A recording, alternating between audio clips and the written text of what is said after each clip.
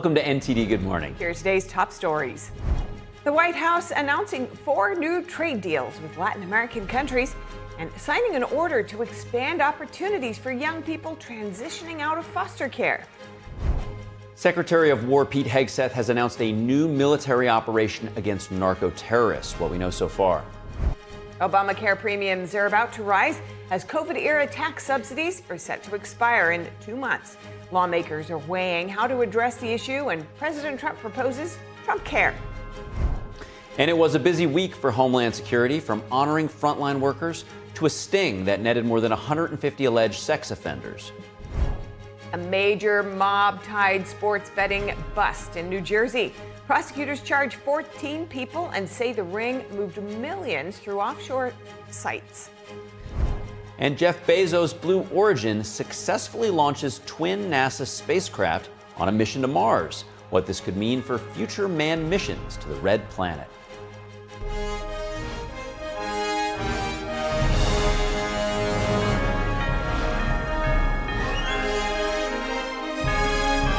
This is NTD Good Morning, live from our global headquarters in New York City. Here are Stephanie Cox and Carrie Dunst. Thanks for joining us. Happy Friday to you, and happy Friday to you, Steph. Happy Friday. It is are. Indeed Friday, November 14th.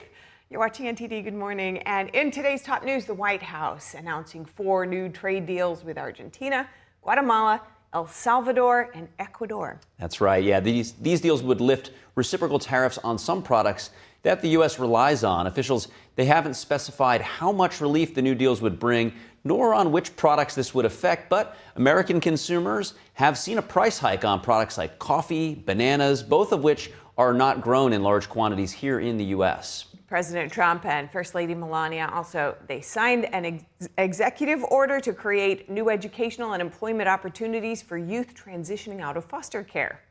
NTD's Washington correspondent Mari Otsu has the details. The White House is announcing of 4 new framework trade deals with Latin American countries. This is coming as President Trump is planning to ramp up domestic travel ahead of the 2026 midterms, where he plans to talk with voters about affordability. So according to a senior administration official, products now coming from Argentina, El Salvador, and Guatemala will be tariffed at 10%, while products coming from Ecuador will be tariffed at 15%. The official adds, though, that these deals will include tariff relief on products not grown domestically in the U.S., such as coffee, cocoa, and bananas. And meanwhile, President Trump and First Lady Melania signed an executive order establishing the Fostering the Future program as part of the Be Best initiative that the First Lady Melania established during President Trump's first term in 2018. Take a look. Predict this small spark today will ignite a profound and lasting nationwide movement. Our united resolve will foster a thriving future filled with compassion and innovation. The First Lady headlining an executive order signing aimed at expanding opportunities for education, career development, and housing for youth transitioning out of the foster care system. Under the Trump administration, we believe that every American child deserves a safe and loving home, and we're determined to support the amazing families who help make that happen. And we have some of those families in the room today, and I just want to thank you all for being in the White House. There is no place like this, and we want to thank you very much for being here. The order directs HHS to modernize data and deploy AI for better caregiver matching while reallocating unused federal funds into trade school scholarships and demanding states include faith-based providers or risk losing funding. Well, you must know what your name is. My name is Donald. The Bible tells us that one of the measures of any society is how it cares for vulnerable children and orphans. Meanwhile, the BBC apologizes to President Trump for airing a documentary right before the 2024 presidential election that doctors his speech, making it appear that he incited violence. The BBC calls the edit unintentional, rejects compensation demands, and denies any basis for defamation. This comes as The Telegraph exposes another misleading BBC edit of the same speech on Newsnight in 2022. with President Trump saying he has to sue because the BBC defrauded the public. Well, I think I have an obligation to do it because you can't allow people to do that. They actually changed my January 6th speech, which was a beautiful speech, which was a very calming speech, and they made it sound radical. Assistant Attorney General for Civil Rights, Harmeet Dillon, is reacting to a BBC Media Action post that shows that the U.S. Agency for International Development is its #2 donor. So she accuses the network of defaming the president in exchange for its funding. And Secretary of War Pete Hegseth says the U.S. is launching a new military operation targeting what he calls narco-terrorists in the Western Hemisphere. Hegseth announced Operation Southern Spear in a post on X yesterday, saying it follows an order from President Trump. The operation will be led by the new Joint Task Force Southern Spear, working alongside U.S. Southern Command. Hegseth did not outline immediate steps, but says the mission is meant to combat domestic threats here in the U.S. The rollout comes as U.S. forces are expanding their anti-drug operations in the region, including strikes on suspected smuggling vessels. In a significant development yesterday, the State Department designated 4 Antifa-linked groups as foreign terrorist organizations. The department says the groups have, quote, waged terror campaigns in the United States and Europe, conspiring to undermine the foundations of Western civilization through their brutal attacks. Here are the 4 groups. Germany's Antifa Ost, known for hammer attacks on civilians. Italy's International Revolutionary Front, which sent bombs to politicians, embassies, and civilians, causing injuries. And Greece's Armed Proletarian Justice, which pledges war on cops and the state. And another group in Greece called Revolutionary Class Self-Defense. Millions of Americans are facing higher health insurance costs in 2 months. COVID-era tax subsidies for Obamacare are set to expire. Lawmakers are weighing how to address the higher premiums, and President Trump is proposing Trump Care. NTD's Melina Weiskup brings us more. With a freshly reopened government, lawmakers have 2 months to find a path forward on health care. President Trump says he's committed to addressing the issue. We want a healthcare system where we pay the money to the people instead of the insurance companies. And I tell you, we're going to be working on that very hard over the next short period of time. COVID-era tax subsidies, which made Obamacare more affordable, will expire on January 1st. I expect Republicans to be at the table in the next few weeks. I expect the White House to be at the table. And if they do choose not to come to the table, they can own the disastrous premium increases that will continue to rise. Senators are expected to vote on an Obamacare extension in December. Bipartisan negotiations are underway. We have senators, both Democrat and Republican, who are eager to get to work to address that crisis in a bipartisan way. These senators are not interested in political games. They're interested in finding real ways to address health care costs for American families. While talks look more promising in the Senate, the House shows a stark contrast between the parties. I'm not going to guarantee a vote on ACA unreformed COVID-era subsidies that is just a boondoggle to insurance companies and robs the taxpayer. We got a lot of work to do on that. We'll introduce legislation to extend the Affordable Care Act tax credits for 3 years to make sure that tens of millions of Americans don't experience dramatically increased premiums, copays, and deductibles. While some moderate Republicans are open to the extensions, many want to reform the program or replace Obamacare altogether. The health care system broke under Obamacare. And as President Trump said, well, I'm not going to repeat his exact words for it, but it's not ideal. And we're going to have to work together to get this fixed because President Trump is floating an idea he called Trump Care in a Fox News interview earlier this week. It would be health accounts for people to pay for medical issues. Everybody's going to be happy. They're going to feel like entrepreneurs. They're actually able to go out and negotiate their own health insurance. And they can use it only for that reason. That's the beauty, only for that purpose. And if we did that, that would be so exciting. Call it Trump Care. Call it whatever you want to call it. But Republicans have not yet unveiled concrete legislation. CMS Administrator Mehmet Oz said, "We have lots of great ideas, but I don't want to show our cards." Reporting from Washington, D.C., Melina Weiskup, NTD News. And many government employees haven't been getting paid during the government shutdown, but that's about to change as the government reopens. NTD's David Lamb has more on what to expect. The federal government has reopened after President Trump signed a funding bill. Government employees are coming back to work and able to receive regular paychecks. Agriculture Secretary Brooke Rollins said on CNN that most SNAP recipients should receive benefits by end of this week, providing relief to the almost 42 million people who stopped receiving the benefits this month. The Trump administration also withdrew its emergency application to the Supreme Court related to SNAP benefits.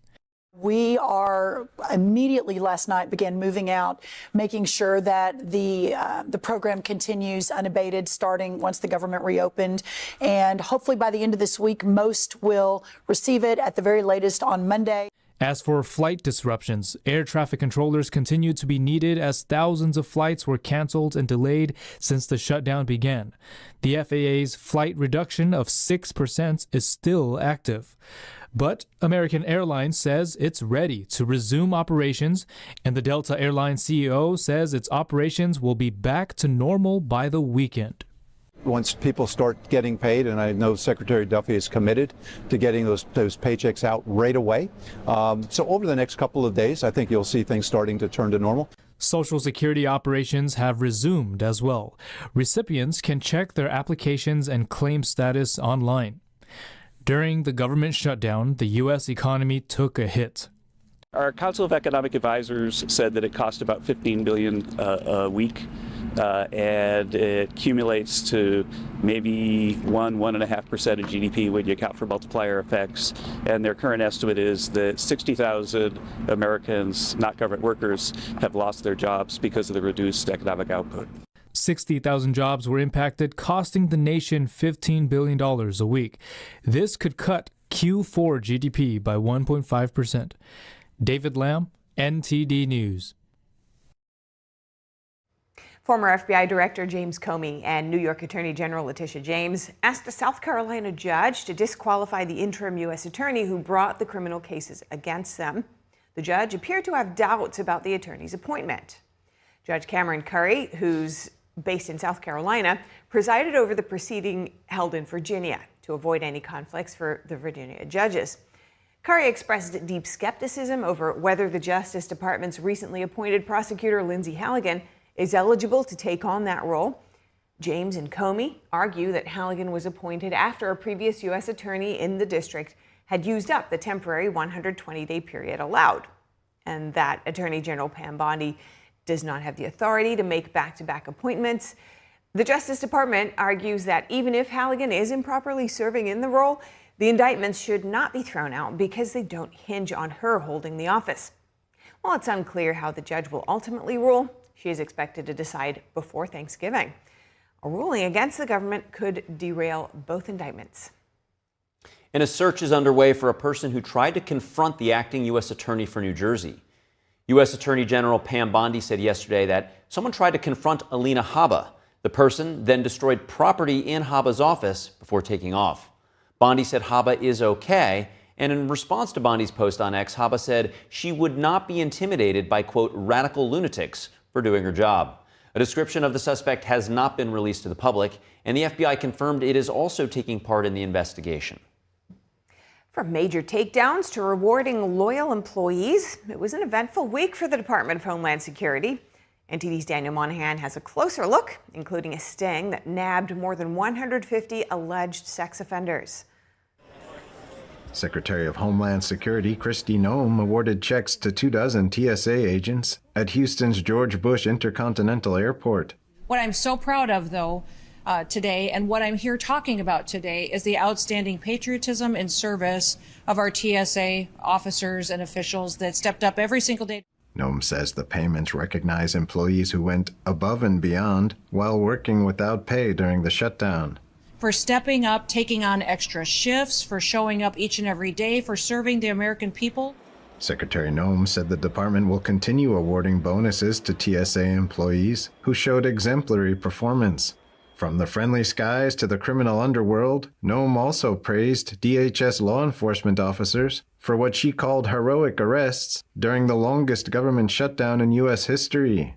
Those arrested included Victor Manuel Mendoza Garcia, an illegal immigrant from Mexico, convicted of 3 counts of aggravated kidnapping and ransom in Cook County, Illinois, and William Giovanni Lopez Fuentes, an illegal immigrant from Guatemala convicted of assault of a child in Sunbury, Pennsylvania.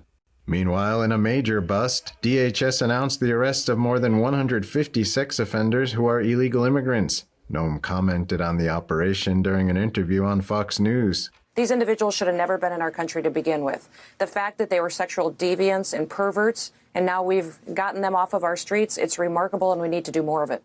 The operation targeted child predators, rapists, and violent offenders with convictions ranging from sexual assault of minors and child exploitation to rape and attempted homicide.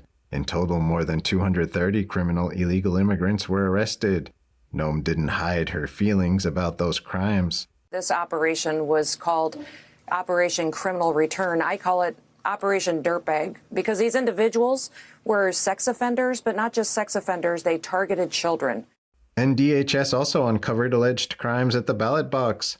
The department released new voting records tied to Jose Ceballos Armendariz, a 54-year-old Mexican immigrant accused of voting illegally in multiple Kansas elections. He faces felony charges including 3 counts of voting without being qualified and 3 counts of election perjury.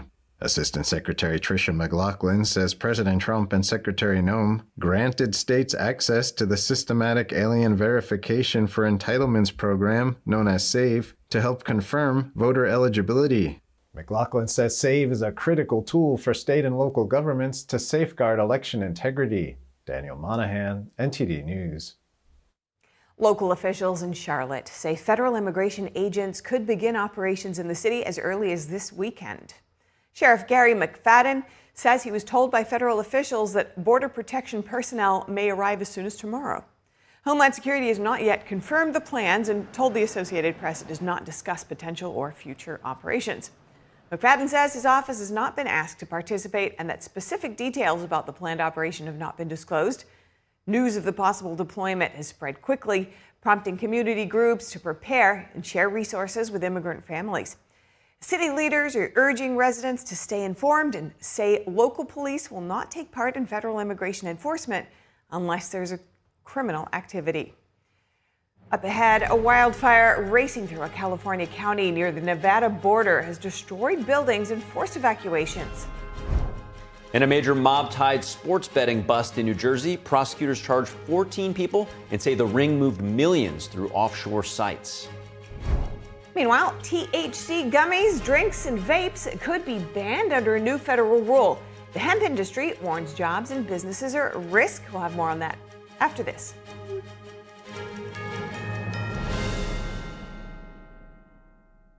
I trod on my glasses yesterday, and I had to pay up front for a new pair that I can't even pick up for another 10 days. So I looked for another way, and I found Select Specs.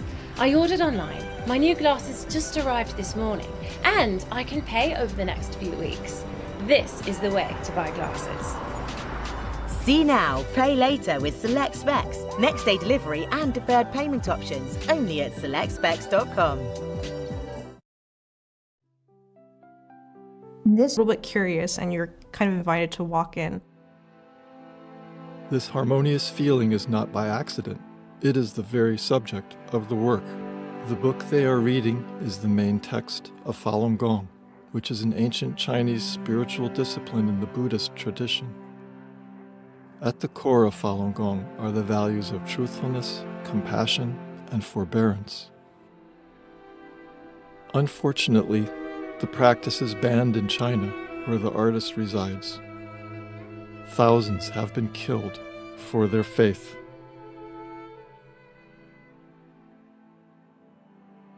Golden energy blooms into the room as a result of their steadfast faith. The painting on the back wall reminds us of this work's title, Plum Blossoms in a... Kids love it. Parents trust it. Obviously. Explore GJW Plus Kids Series and Ganjiang Campus courses led by expert educators. This is spectacular. Children will learn values like respect, responsibility, and knowledge in language, science, and more. Wow. All while having fun. Perfect. Subscribe today at GJW Plus Kids, where learning meets fun.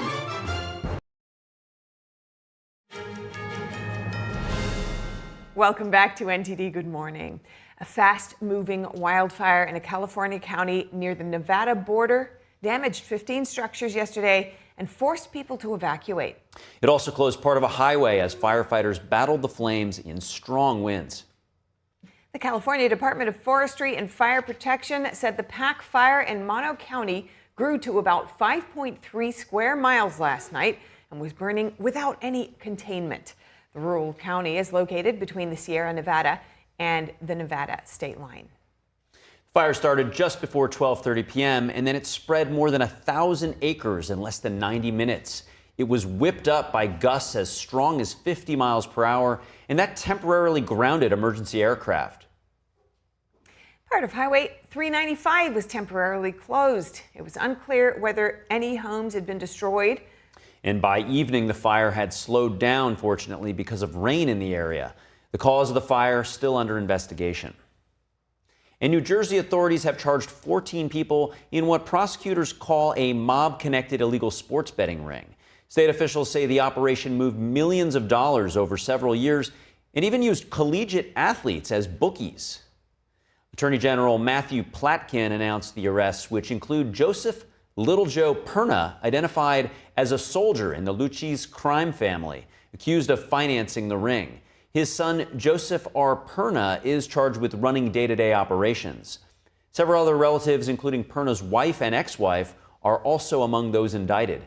Investigators say the group used offshore gambling websites and operated out of Essex and Bergen counties. They allegedly handled roughly $2 million in transactions between 2022 and 2024.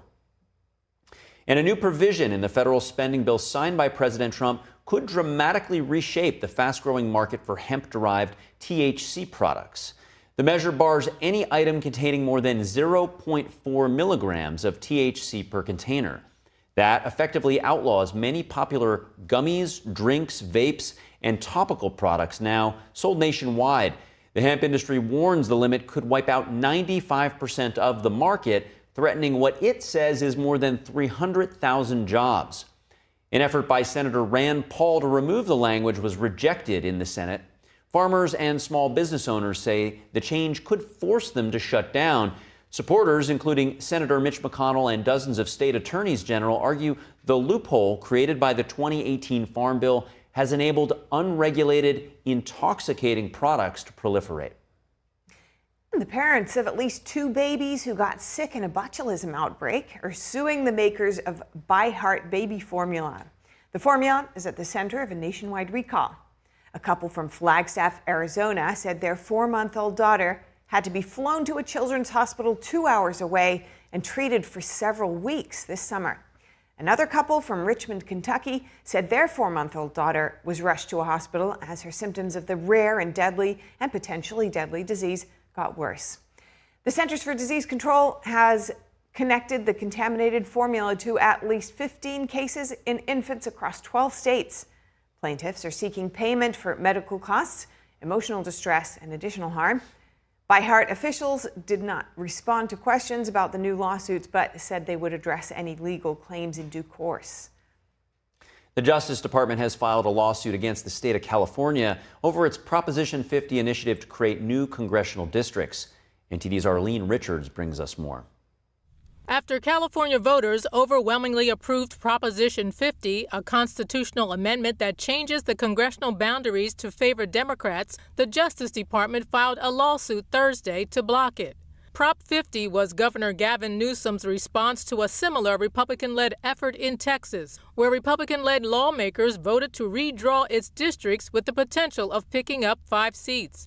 The lawsuit, filed in a California federal court, accuses California of racial gerrymandering in violation of the Constitution. It states, quote, California's congressional redistricting map, Proposition 50, is racially gerrymandered in violation of the Equal Protection Clause of the 14th Amendment of the Constitution of the United States. Attorney General Pam Bondi said in a statement to the Associated Press, quote, California's redistricting scheme is a brazen power grab that tramples on civil rights and mocks the democratic process.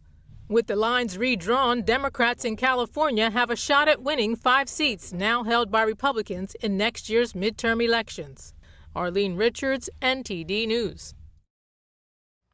The Department of the Interior has revoked Biden-era limits on oil drilling in Alaska. Secretary of the Interior Doug Burgum says the action follows President Trump's direction to unlock Alaska's energy potential, create jobs for North Slope communities, and strengthen American energy security. Biden's 2024 rule prohibited oil and gas leasing on more than 10 million acres of the National Petroleum Reserve in Alaska. It also limited development on more than 2 million additional acres. According to the department, the change is meant to align reserve management with rules established in 1977. An Alaska Native group, Voice of the Arctic Inupiat, said in a statement that it supported the rollback. The group said drilling infrastructure contributes meaningfully to the region's tax revenue and supports services like healthcare and education. And a new report finds the states of New York and New Jersey have lost billions of dollars in potential revenue because of residents moving to lower tax states, such as Florida and Texas. The report by Unleash Prosperity found New York's losses were the largest. Joining us now to discuss this 10-year trend is Unleash Prosperity's executive director, Tim Doscher. Tim, thanks for joining us this morning. The data in your report shows a 10-year trend. What's behind the numbers of the tax revenue flight? Well, look, that is an incredible introduction there, because if you think about it, this is one of the biggest stories domestically in America that hardly anybody is talking about. You talk about this redrawing of congressional districts in the last segment. Well, a lot of that's happening because we are seeing that people are fleeing one area and going to another. And then you have states like California who have lost 1.6 million people over the last 10 years. And that's a little bit lag data. So that number is actually higher in today's standards. And they're trying to make up for it. They're trying to restructure, rejigger to keep their power. This is a huge deal because not only are people leaving, but like you said, the money is leaving for these blue states, New York, California, Connecticut, New Jersey, Illinois, all these blue states. They have such expensive governments that cost money to run, and they're losing that tax base because they jack those tax rates up so high. People say, you know what, I've had enough. I'm going to take me, my family, and my business with me. It's an interesting point, especially Trump calling for an expedited census because of the point that you're making, saying that, you know, the maps don't really reflect the populations because of such a dramatic shift in populations. But isn't the conventional thinking that more people will always arrive, at least to the New York City area, the LA area, to compensate for those leaving? Well, remember, this is a net number. So people are always, of course, they're moving in. Of course, people are going to move into New Jersey, New York, for sure. It's the Big Apple. There's always going to be a need and a desire to do that. But this on net, meaning that even in spite of people moving in, you have all the more people moving out. And that is a direct response. And by the way, it's not just people. It's their businesses. Like you see that number, as we say, 2/3 of $1 trillion between New York and New Jersey combined.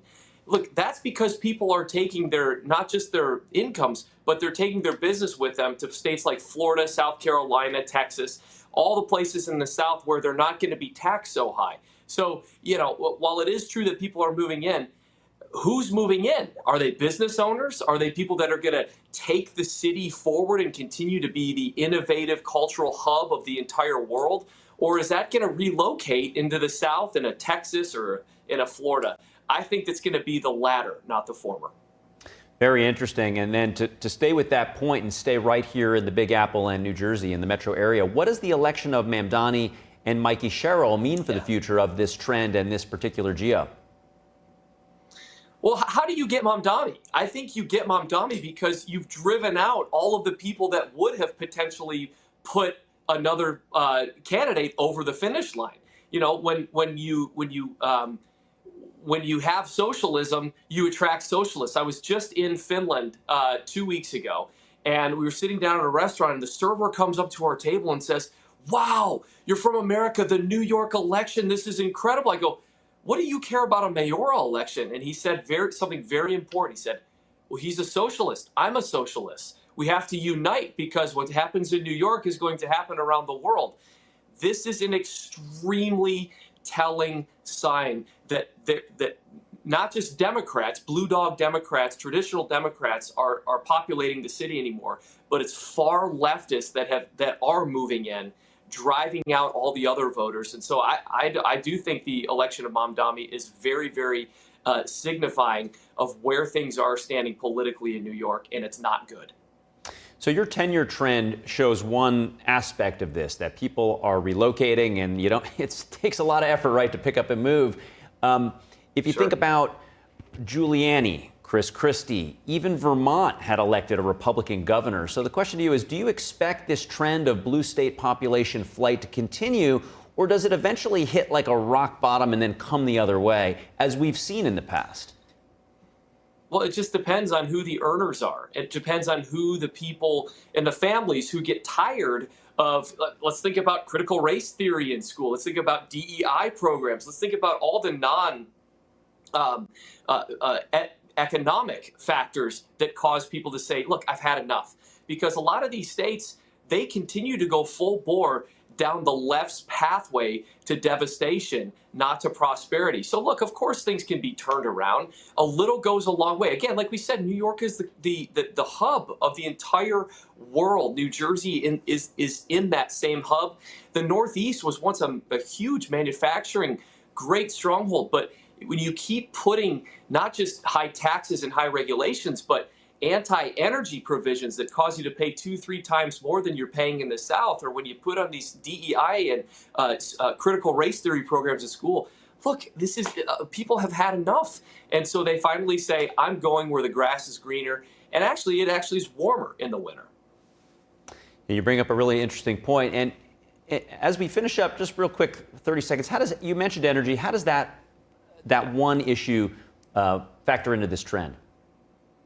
Well, look, there's this program, and we need more than 30 seconds. It's called the Regional Greenhouse Gas Initiative, RGGI. And a lot of the states in the Northeast are a part of this. And it says we're going to reach a net of a certain amount of emissions of carbon emissions. And that really holds stuff because that limits coal, that limits nuclear, that limits all the different things and forces them to do very expensive energy like nuclear, like wind and solar. When again, you could be in a state next door who isn't a part of RGGI and they are producing coal and using that stuff. It's completely senseless, but what it does do is it makes things 2 to 3 times more expensive for businesses and for families to heat their house. Well, you bring up an alarming trend. We'll be keeping a close eye on it, of course, and we appreciate you joining us this morning. Tim Doscher, good to see you. Thank you so much. Appreciate it. Thank you for covering this. It's an important story. Certainly is, and Tim makes a great point about this bleeding out of ideologies across the world and how that can all reinforce each other. But in our next news, 2 Republican senators held a congressional field hearing in Pacific Palisades, California, listening to the victims of the January 7th wildfire. Yeah, the hearing, which focused on government response and insurance challenges, it comes nearly 10 months after the fire devastated the community. NTD's Christina Corona brings us more from California. On Thursday, Senators Rick Scott and Ron Johnson led a field hearing in California on the aftermath of the Palisades fire. The January 7th blaze caused billions in property damage and claimed 12 lives. I believe the Palisades fire was more than just a horrific tragedy. It was an unacceptable failure of government to protect the lives and property of its citizens. And we all know that this fire hurt our seniors more than anyone else. Survivors and local leaders say their concerns have not yet been fully addressed. On the day of the Pacific Palisades fire, reservoirs were empty. Fire hydrants went dry, and innocent people, including many vulnerable seniors, perished, while thousands more lost their homes, businesses, and everything they owned. Lawmakers heard from residents and business owners to examine gaps in government response and preparedness. One resident said the fire department told him why they couldn't save his home. John, we couldn't have saved your house or the block or the area. Our hydrants weren't working, and each truck holds 500 gallons of water. He said 500 gallons of water doesn't go very far. He said guards and residents were using water from swimming pools, doing everything they could to put out sparks as the fire spread. Another resident said she never received alerts to evacuate. She stayed behind making calls through the night to help seniors and others at risk. Seniors with mobility issues, those dependent on oxygen, residents with dementia who needed assistance. They all lost precious hours because of inadequate warnings. Palisades resident Bruce Schwartz said State Farm dropped his insurance in October 2024. Just 76 days later, 17 of the 25 homes in his community burned down. We were so severely underinsured that rebuilding required an affirmative vote of 75% of our homeowners. He said the vote failed because some homeowners whose property survived refused to fund rebuilding for those who lost everything. So now we have no home and no right even to rebuild one. To make matters worse, some of my neighbors will be forced to surrender their home to their lenders. Other residents were dropped by their insurance after the fire. Lots of residents found out after the fire that their policies had been dropped, and I was one of them. Afterwards? After the fire. While nothing can undo the damage done by the Pacific Palisades fire, I am committed to advocating for the victims, their families, and this community to get answers and make sure this never happens anywhere in our great country ever again. On Thursday, Los Angeles County announced they've launched an investigation into State Farm's handling of the Palisades and Eaton fire claims, focusing on potential violations of California's unfair competition law. This comes after complaints of delays, underpayments, and denied claims. Christina Corona, NTD News. And State Farm responded to the investigation by Los Angeles County in a statement to media. Company said it's there to help its customers recover and that it empathizes with those who are rebuilding their lives, adding, quote, "Our focus continues to be on supporting our customers in their recovery from the largest fire event we have ever experienced." Still to come, the U.S. Coast Guard is monitoring a Russian military vessel spotted near Hawaii. What officials are saying about the sighting and more after this.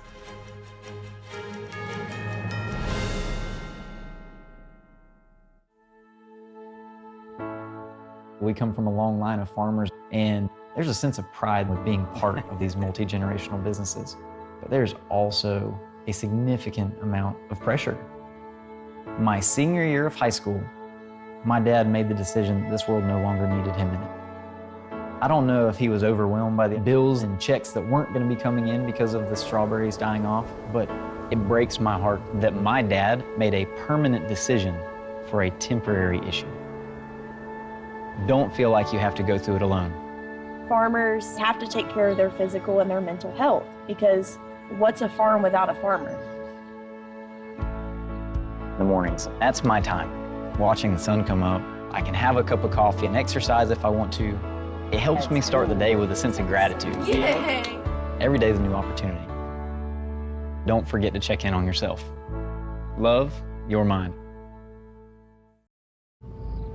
That first time seeing my son, I feel like my life did a 180. I was already trying to change my perspective of life and really just be a father figure that I never had. Being present is the most important part. I'm still growing every day. Becoming a better version of myself. To be the better mirror for my son. I mean, he's just grown. He's becoming his own person. Man, at first I saw him dance, bro, he brings the vibes, you know what I'm saying? He brings the party no matter what.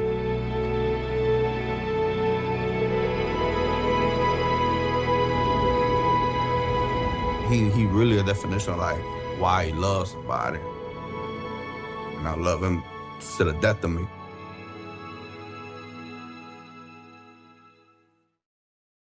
Every day, thousands of kids start vaping. And I can't let this happen to my kid. Of course, it's awkward to talk to your kids about the dangers of vaping. Hey, bestie, how sketch is me? It's hard to get their attention. Ready? Go. Yes, look at that. You even turn yours over. So if you want to talk to your kids about the dangers of vaping, you have to get it trending. Right, backpack kid? Let's do it. First, invite your kid to do the vape talk. Let's try this. All right. Why is he here? Yeah, I gotta get it trending, honey. Come on. To the left. To the right. Let's go.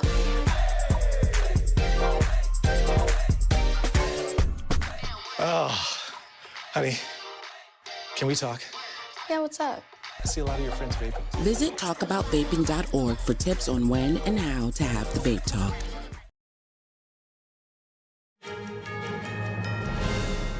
Welcome back to NTD Good Morning. I'm Carrie Dunst. If you're just joining us now. And the Coast Guard is keeping close watch on a Russian ship spotted near Hawaii.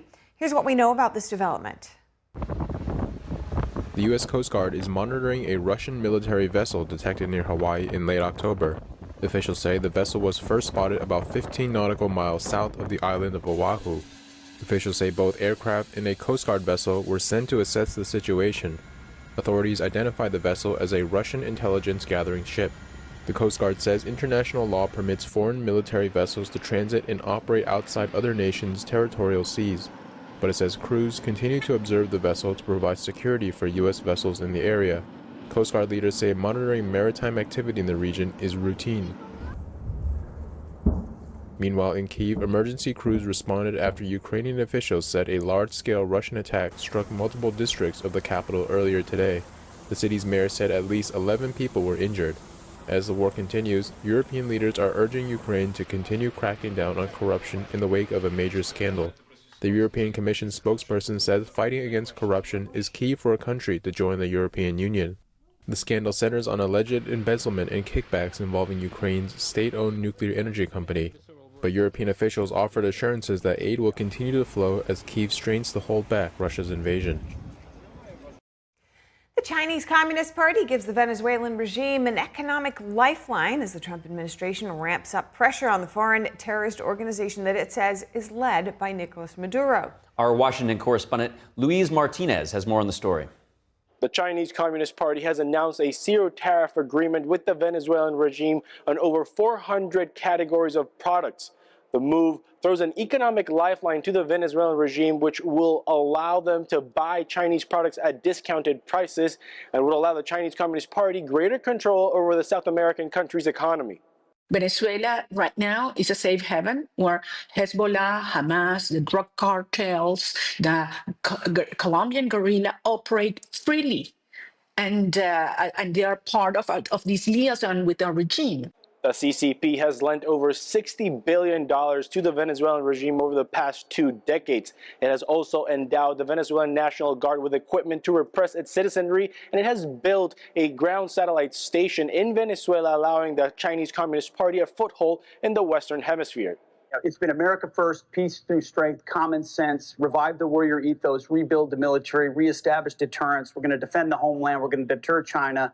We're going to make sure our allies do their part in burden sharing, and we're going to revive the defense industrial base. The Trump administration has zeroed in on the links in between the Venezuelan regime and the Chinese Communist Party and directed the Department of War to counter the malign influence stemming from foreign terrorist organizations operating from Venezuela and by the Venezuelan regime. Now, imperialism is inventing an even more bizarre narrative. Since they cannot say that Maduro has weapons of mass destruction, since they cannot say that we have hidden biological or chemical weapons, they invent a bizarre narrative. My advice to foreign terrorist organizations, do not get in a boat. I mean, if you're trafficking drugs to poison the American people, and we know you're from a designated terrorist organization, you're a foreign terrorist and a trafficker, we will find you and we will kill you. The Venezuelan opposition leader and Nobel Peace Prize winner Maria Corina Machado, who is in hiding in Venezuela, has thanked the Trump administration for their support. Finally, a leadership that is addressing this tragic situation in Venezuela that has been evolving for 26 years, as it should. We have been asked that this criminal structure be addressed using law enforcement. This week, the USS Gerald S. Ford, the largest and most advanced aircraft carrier in the world, enters Southern Command's area of operation to support operations against foreign terrorist organizations in the region. Reporting from Washington, D.C., Luis Eduardo Martinez, NTD News. And coming up, Jeff Bezos' Blue Origin launches twin NASA spacecraft on a mission to Mars.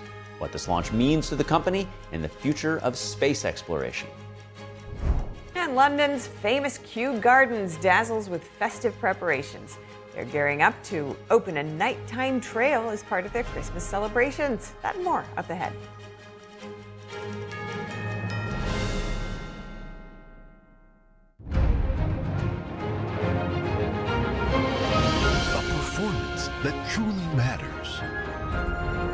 for each and every one of us.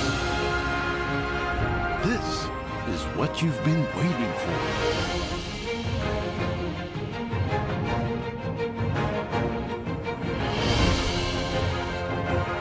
Shen Yun.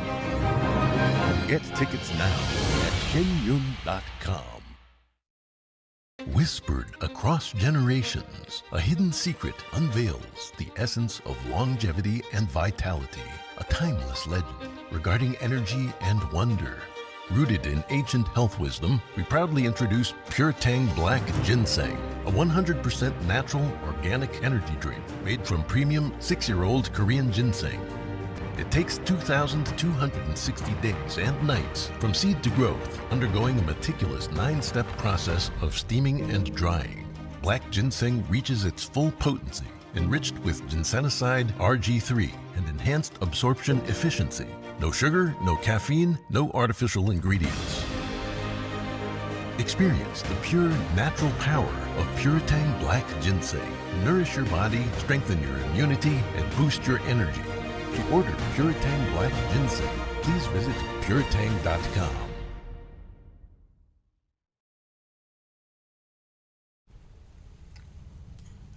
Hey, boss. Okay? Yeah, I'm good. You sure?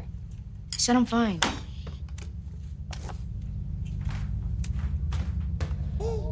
Since I was little, it was only like me and my parents. You think you created family out of characters? Yeah, of course. I'm gonna take that, make it into a song.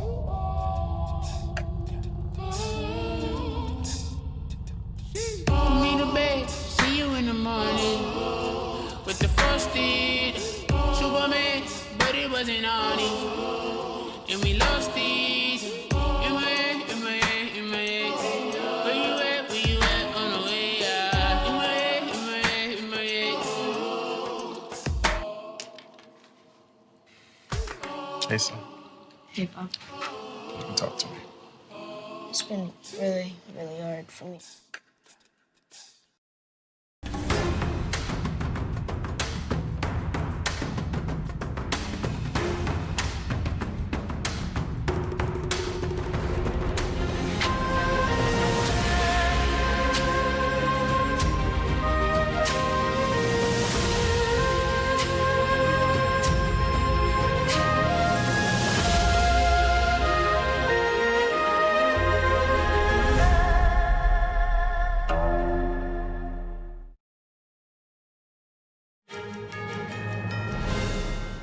Welcome back to NTD. Good morning. A pivotal step in the ongoing space race as Blue Origin's New Glenn rocket lifts 2 NASA spacecraft toward Mars. Yeah, really interesting development. The rocket lifted off from Florida yesterday. The launch followed several days of delays caused by bad weather and strong solar activity, the latter of which was responsible for recent rare aurora sightings far out of their normal range. And in a major milestone, Jeff Bezos' Blue Origin successfully landed the reusable booster on an ocean platform.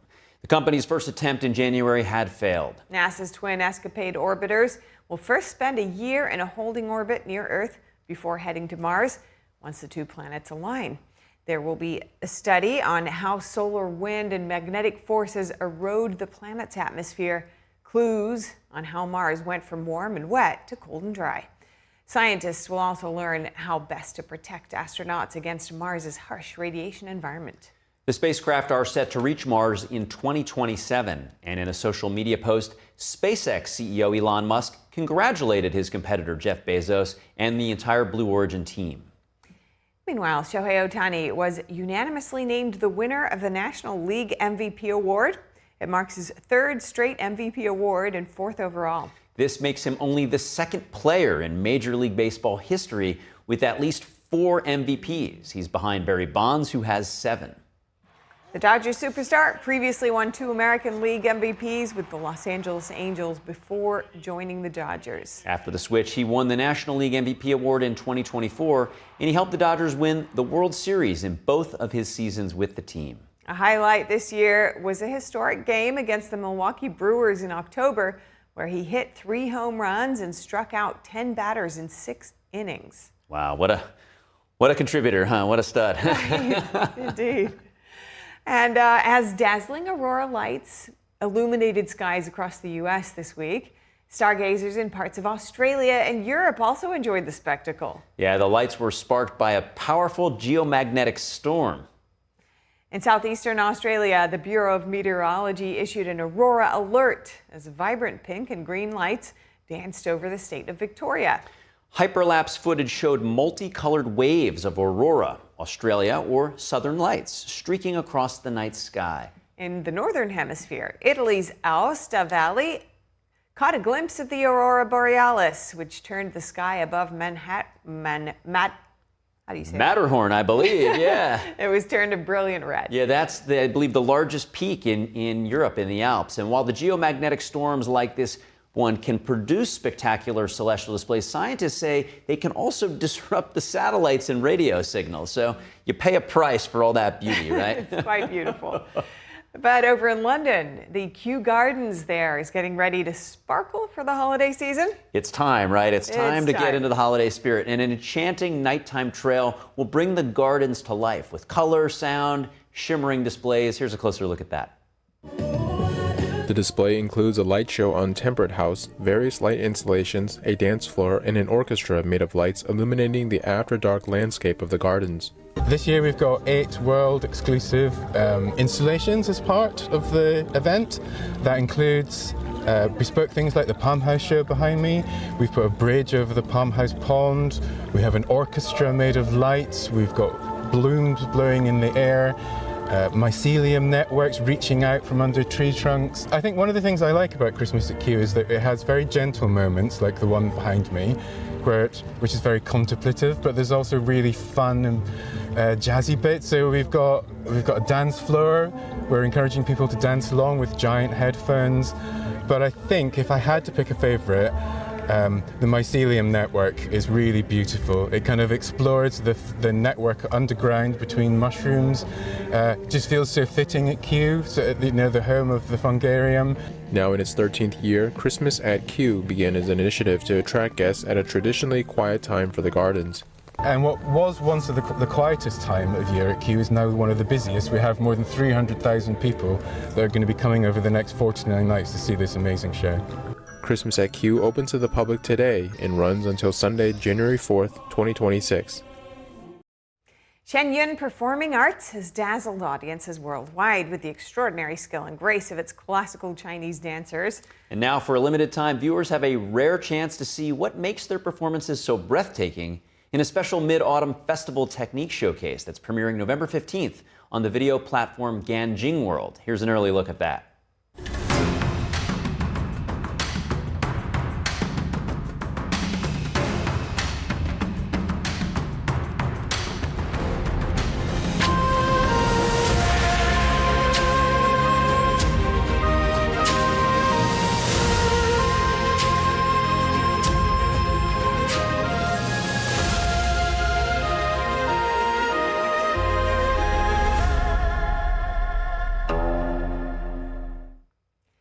Watch the exclusive premiere on November 15th at 8 p.m. Eastern on Ganjing World.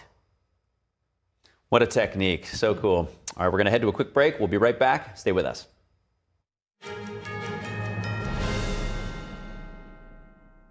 Amazing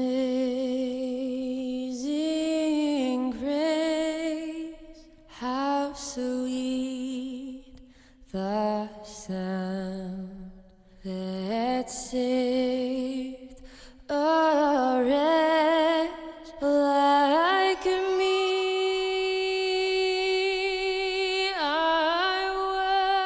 They're just young people, hungry, homeless, and vulnerable. Covenant House is helping young adults facing homelessness. We're providing safe shelter to thousands, but the need is overwhelming.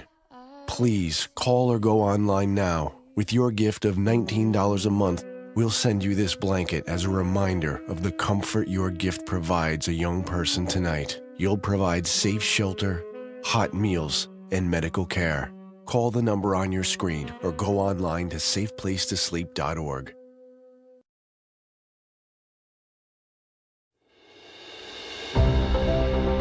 Behind every headline in Washington, there's a story that could shape your future.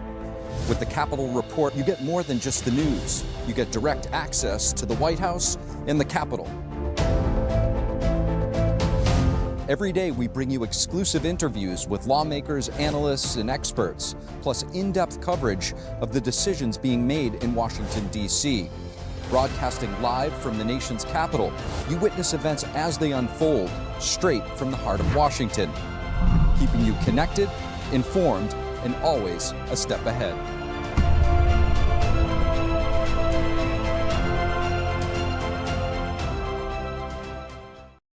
Don't wait. Call now to find out about our Medicare plan. Why do we have to sit through so many Medicare commercials this time of year? It's endless. Good question, Edith. I'm glad you asked. We see so many commercials this time of year because it's the only time, other than special circumstances, when Medicare recipients can change their plan for Part C.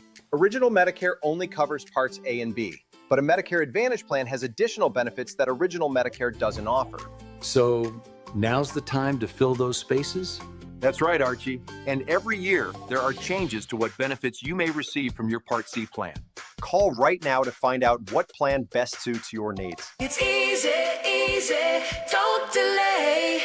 Pick up the phone and call today. Call now for your free Medicare review. 1-833-469-1754. 1-833-469-1754. You may now return to your regularly scheduled programming.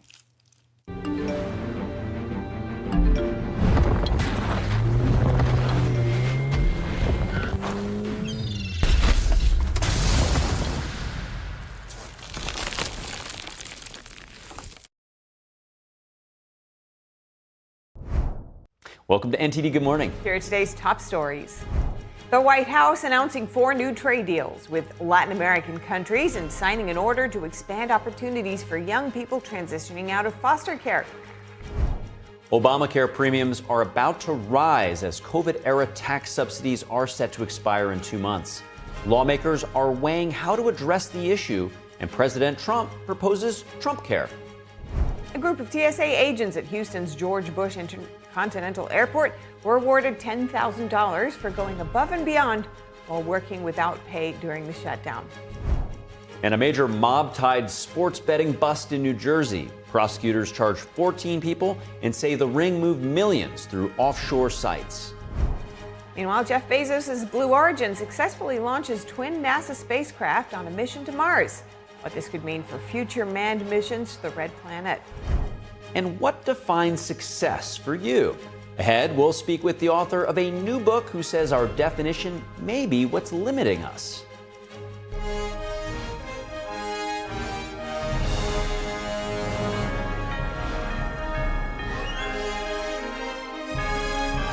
This is NTD Good Morning, live from our global headquarters in New York City. Here are Stephanie Cox and Carrie Dunst. Good morning. Thank you for joining us. Good morning. Today's Friday, November 14th, and in today's top news, the White House announcing 4 new trade deals with Argentina, Guatemala, El Salvador, and Ecuador. The deals would lift reciprocal tariffs on some products the U.S. relies on. That's right. And President Trump and First Lady Melania signed an executive order to create new educational and employment opportunities for youth transitioning out of foster care. NTD's Washington correspondent Mari Otsu brings us more.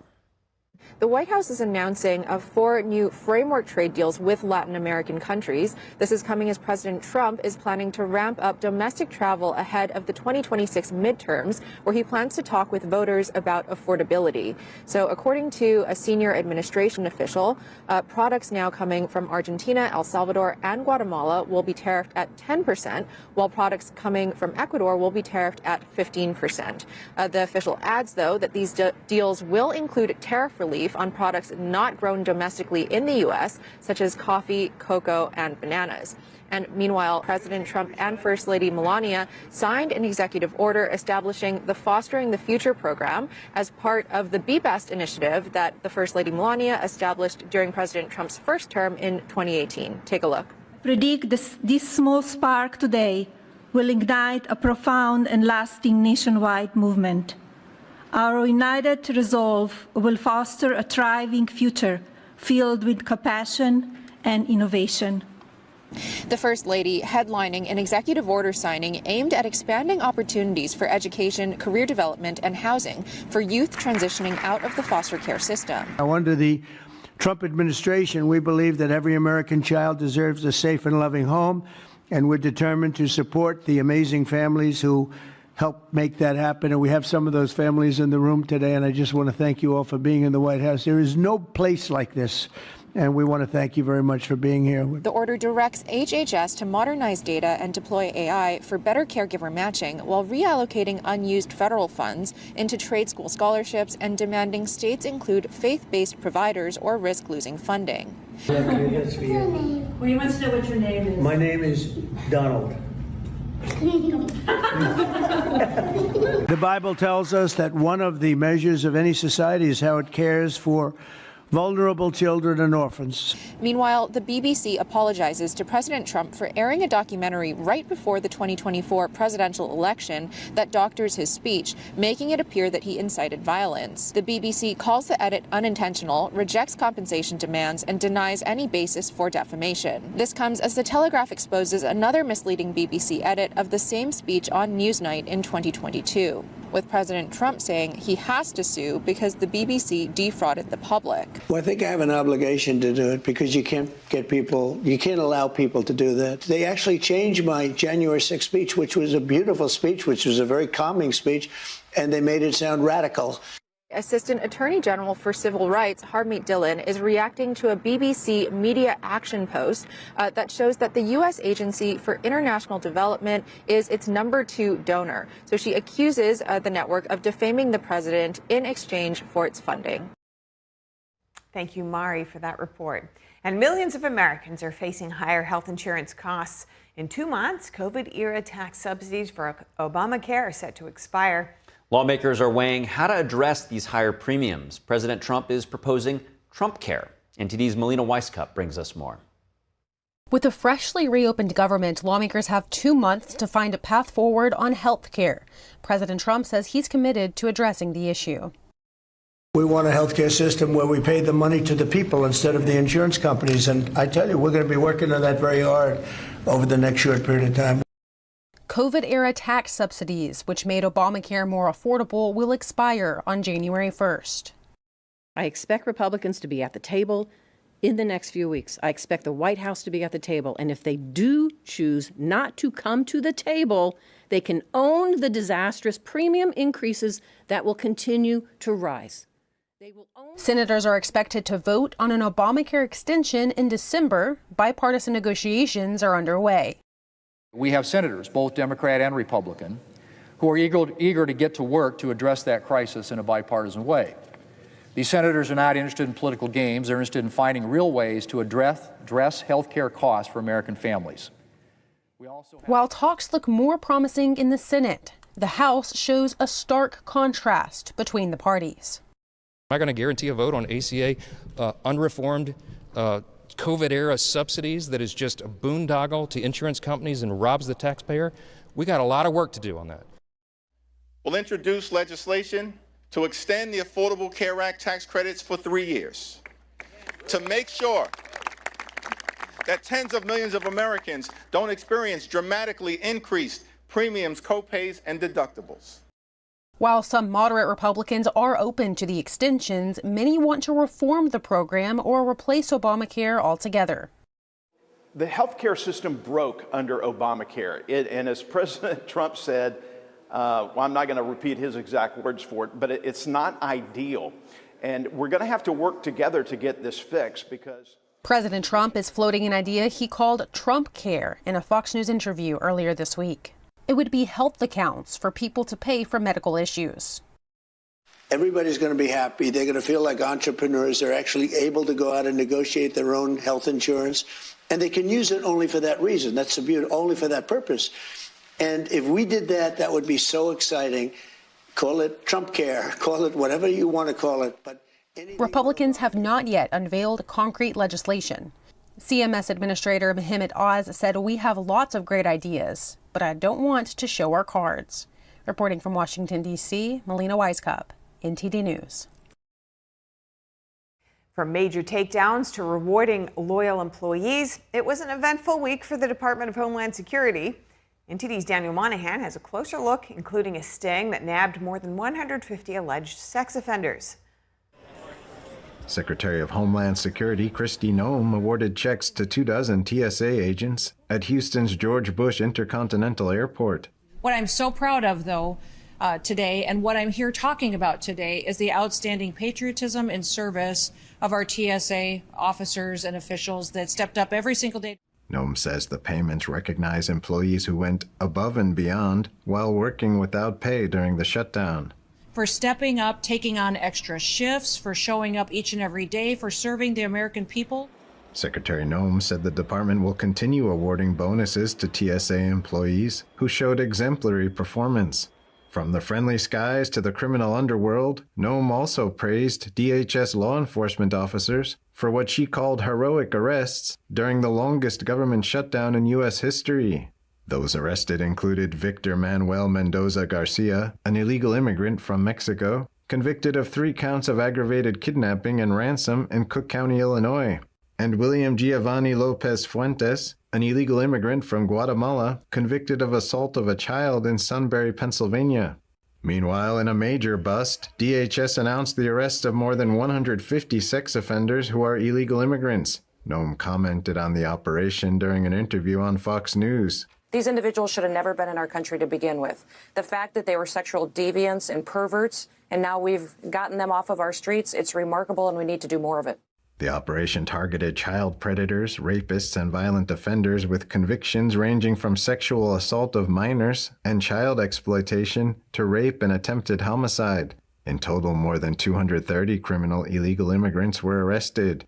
Noem didn't hide her feelings about those crimes. This operation was called Operation Criminal Return. I call it Operation Dirtbag, because these individuals were sex offenders, but not just sex offenders, they targeted children.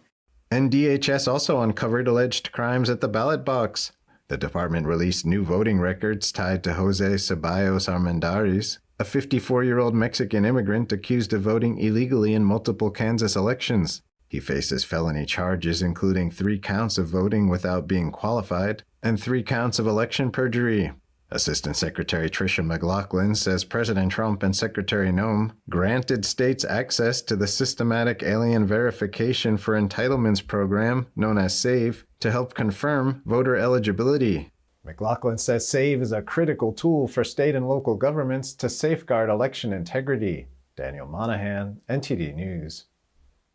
Former FBI Director James Comey and New York Attorney General Letitia James asked a South Carolina judge to disqualify the interim U.S. attorney who brought the criminal cases against them. The judge appeared to have doubts about the attorney's appointment. Judge Cameron Curry, who's based in South Carolina, presided over the proceeding held in Virginia to avoid any conflicts for the Virginia judges. Curry expressed deep skepticism over whether the Justice Department's recently appointed prosecutor, Lindsay Halligan, is eligible to take on that role.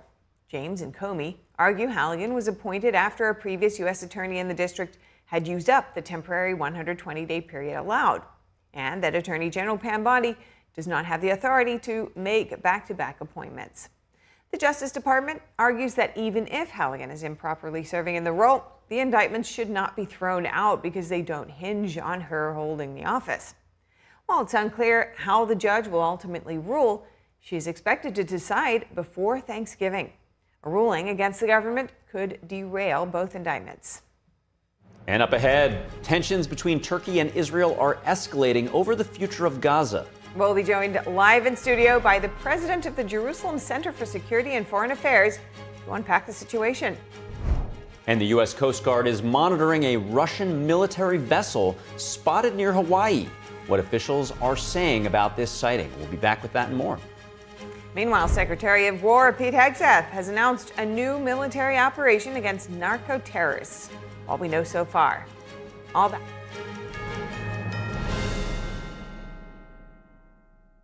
£6 prescription glasses from Select Specs are always great value.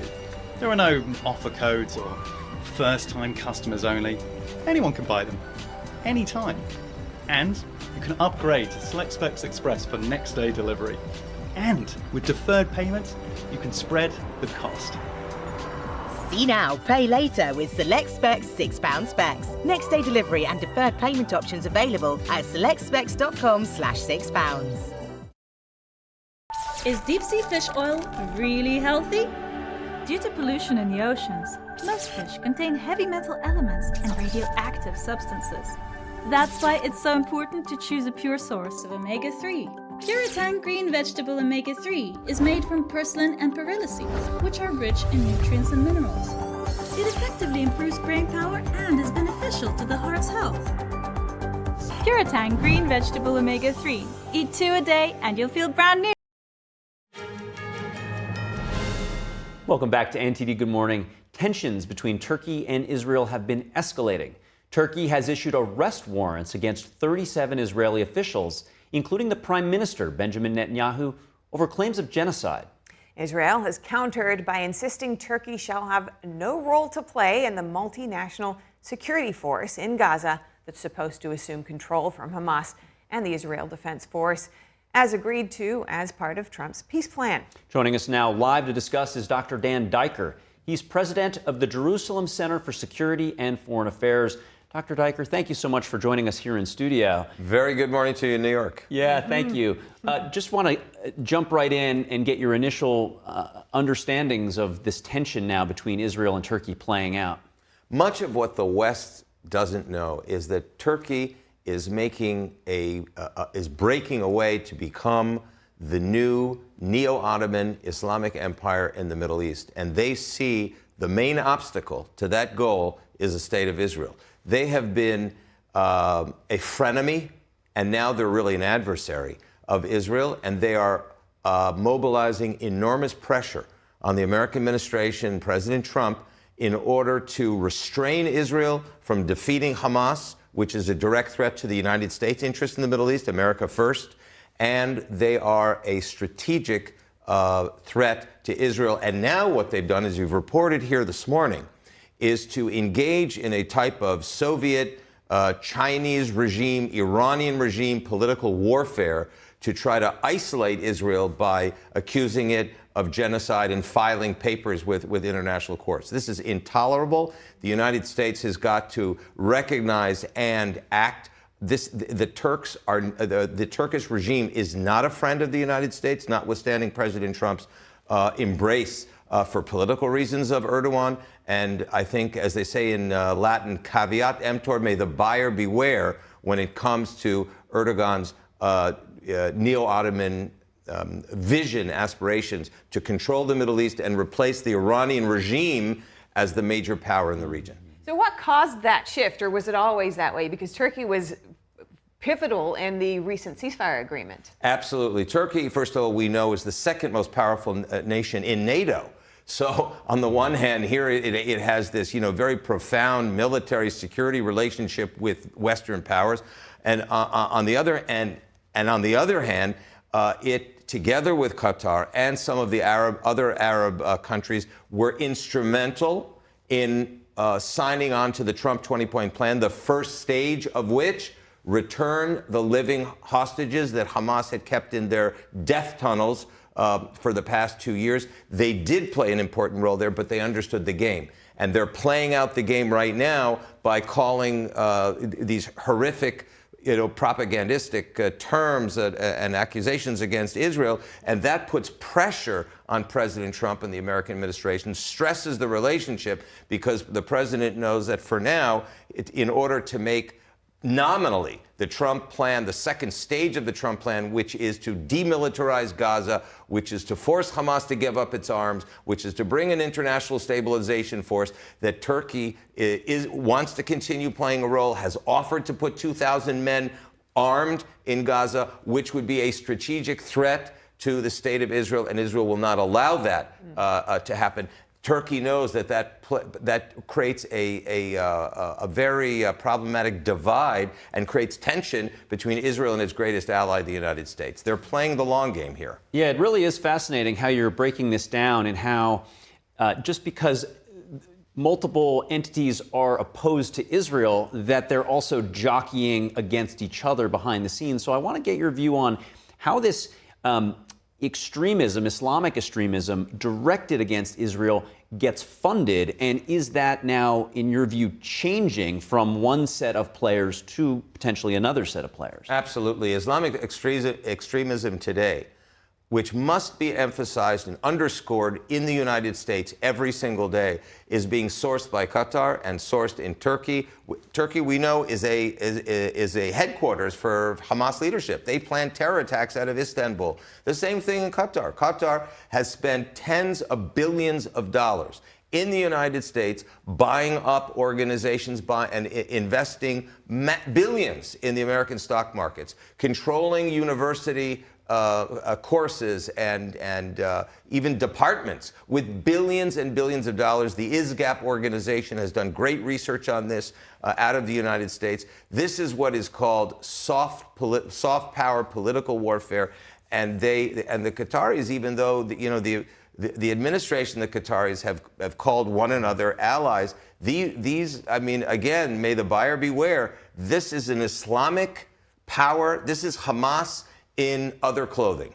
And this is exactly what Israel has recognized and has tried to warn. And it's very, very important to understand that Qatar has been penetrating as a Muslim Brotherhood country for several decades, and they work quietly. But this is a nefarious a country that is backing Hamas and backing other Muslim Brotherhood actors in Syria and in Egypt.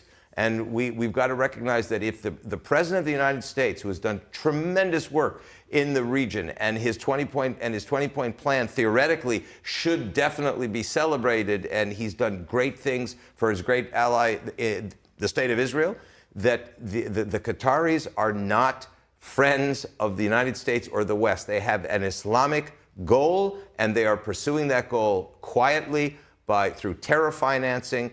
And that will ultimately destabilize the Middle East and achieve exactly the opposite of what the president wants to achieve, which is a secure, safe, and prosperous Middle East with Israel and Saudi Arabia leading the way together with the United States. In our last minute, I just want to understand then who should rule Gaza, or what peace force? Indonesia looks like they want to step up. They're the largest Muslim country. Should the UN have a role with some of the things that have happened questionably with UNRWA? Who should be in this peace force if Turkey should not be? Excellent question. The truth is that there is no Arab country, not the Saudis and no other, not the Indonesians, that are prepared to confront Hamas militarily. And if you look at the little writing under the news reports today, as we're speaking today, that the Indonesians are prepared to offer 20,000 men. Those are for peacekeeping operations, for infrastructure building, for stabilization. No one's talking about confronting Hamas with arms and to disarm them by force, to demilitarize by force. There's only one force that can do that: the Israel Defense Forces. They've done it. They can do it. They must do it. It's on their border. How we should rebuild Gaza. The Middle East is structured by family, clans, and tribes. In Gaza, there are hundreds of families who want to defend themselves against the Hamas. Unfortunately, in major American media, we don't see the huge outcry of Gazans that are saying, Hamas, you've ruined our lives. They're afraid for their lives to say that on television. It's not a democracy, it's a theocracy. But the truth is, the way Gaza should emerge is through local councils, local districts, having families, clans, and tribes defend themselves against this bloody extremist regime called Hamas. That's the outcome. The Western notion of a Westphalian nation state, like the United States and like Europe. Jefferson democracy, maybe not happening. Jefferson and Jacksonian democracy do not work in the Middle East. It is a different culture. I think the president recognized that when he went and spoke in Saudi, and good for him. That's the way Gaza and the West Bank, the Palestinian areas of the West Bank, Judea and Samaria, as it's known in Israel, those areas under Palestinian rule, the Palestinian Authority has to be kicked out. And that's what most of the local population is saying. And the local families in all of the major areas under Palestinian Authority control should be turned over to local councils based on those families and clans that are the notables in those areas. That's just like the Arab Emirates. The United Arab Emirates creates a similar model that can be copied and pasted into other areas across the Middle East. Otherwise, as you say, buyer beware. Dr. Dan Diker, thank you so much for coming in, sharing your insights. Clearly a hotbed, and we're all watching very closely as this next phase of Trump's 20-point plan hopefully goes into play successfully. Thank you. Thank you. And on November 13th, 2015, 10 years ago, France faced its deadliest terrorist attack. In Paris yesterday, families, survivors, and officials gathered across the city to honor the 132 victims. The ceremonies revived memories of a night that reshaped the country. NTD international correspondent David Vivez reports from Paris. People behind me are lining up to attend a major commemoration at the City Hall. Families and relatives have been invited to the opening of a square dedicated to the memory of those who died. 132 people were killed in the attacks, making it the deadliest terrorist attacks ever to occur in the country. The terrorists found people much braver than themselves. Paris stood firm. You stood firm. France stood firm. La France a tenu.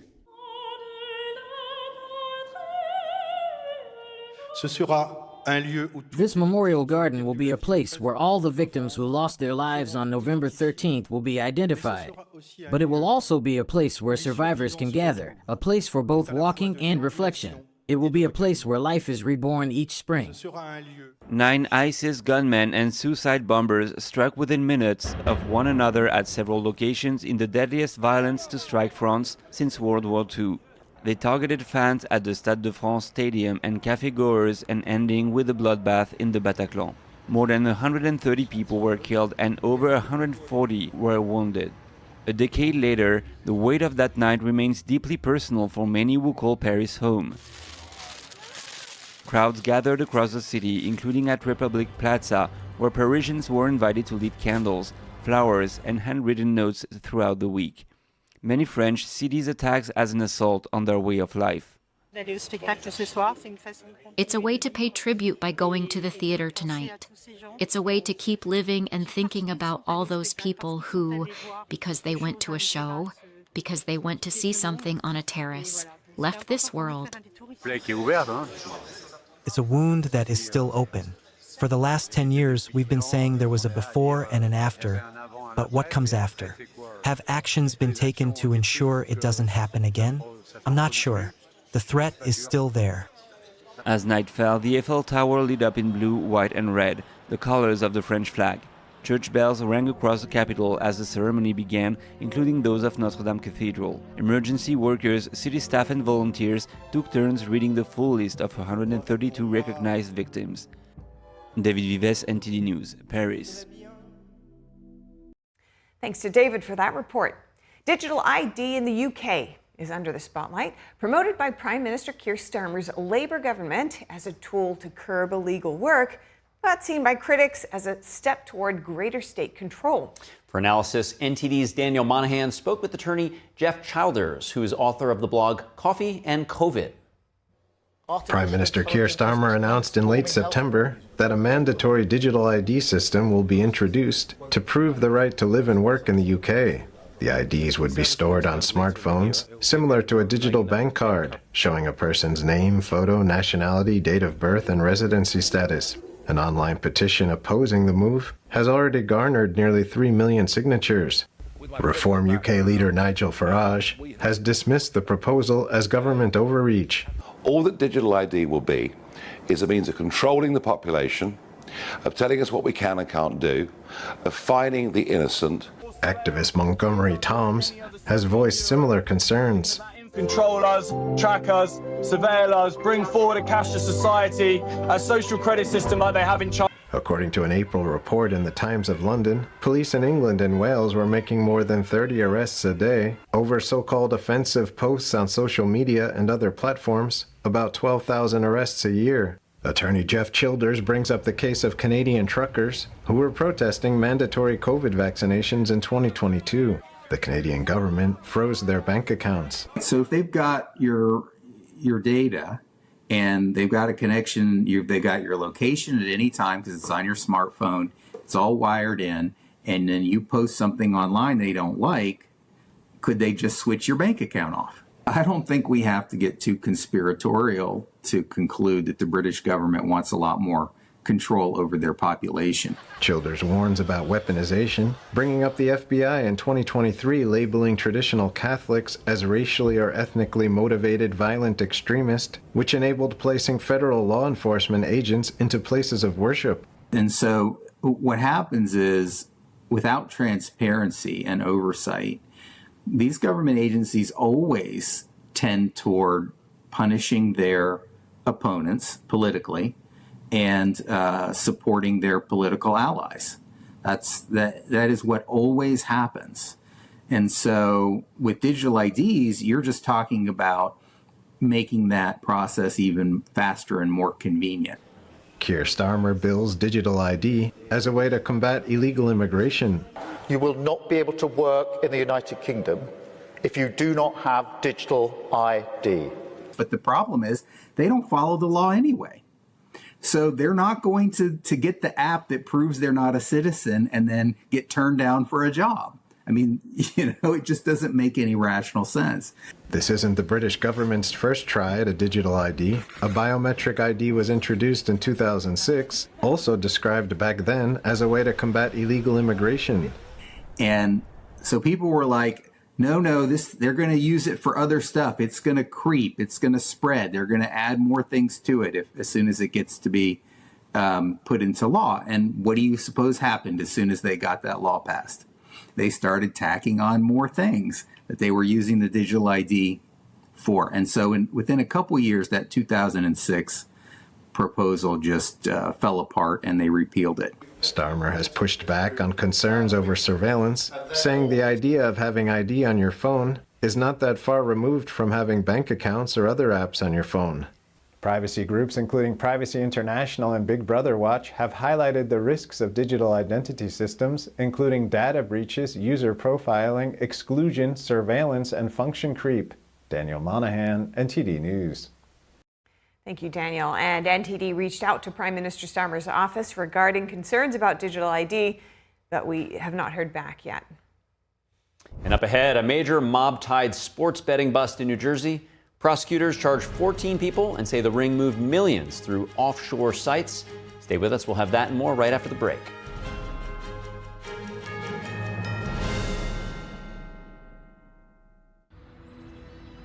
During high school, I hung with the wrong crowd and I never graduated.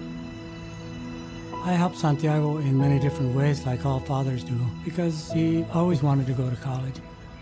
I felt a little embarrassed to come back to school, but eventually, once I came here, I knew that it's for a bigger goal. He was very dedicated, hardworking. He connected with his teachers. He connected with other students. That was one of the key reasons why he was able to keep forging ahead. It was amazing to see him graduate. This was one thing that meant so much to him, and of course, it meant so much to us too. With the help of my father and having my son, that was all the motivation that I needed. That support is everything. Find free adult education classes near you at finishyourdiploma.org. My name's Stacy, I'm 57, and I was adopted in 2020. We were adopted in 2019. And we were adopted in 2021. We had a house, and it sounds crazy, but it wasn't a home. The one thing that Jake and Emma brought is it became a home. When I met Dakota, he had just turned 14. You weren't there for the first this and the first that. I missed the first words, but we got a lot of other firsts. Watching her say, oh my God, I cannot believe I got my license. And she's like, I passed. And I'm like, girl. See them grow. It is. They chose to love us. They didn't have to. They chose us. Family. You and you. Kids in the middle. What I thought was a complete life was nowhere near complete. But it is now. Learn about adopting a teen from foster care. You can't imagine the reward. Visit adoptuskids.org. Hi, I'm Ryan Blaney, a third-generation race car driver. And we dedicate a lot of our time to going as fast as possible. My grandpa Lou is the reason why my dad and I started racing, and I'm really proud to follow in his tracks.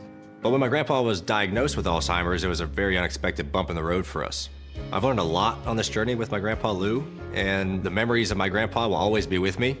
And in our family, we're used to getting involved, and I encourage you to do the same, especially when it comes to caring for your loved ones.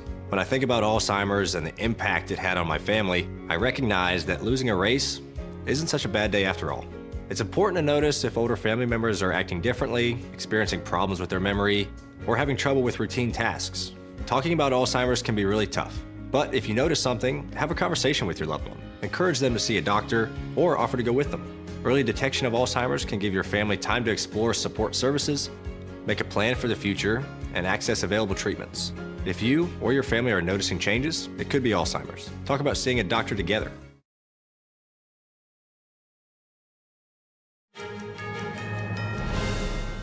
Welcome back to NTD Good Morning. The BBC has apologized to President Trump over a documentary that selectively edited a clip of his January 6, 2021 speech.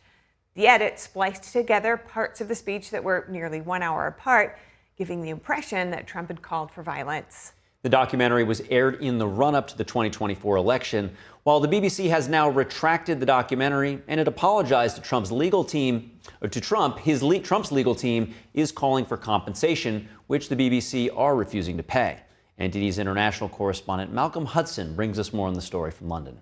The British Broadcasting Corporation, or BBC, sent a personal apology to President Trump on Thursday, but said they believe there is no legal basis for Trump to sue the public broadcaster over a documentary Trump's lawyers called defamatory.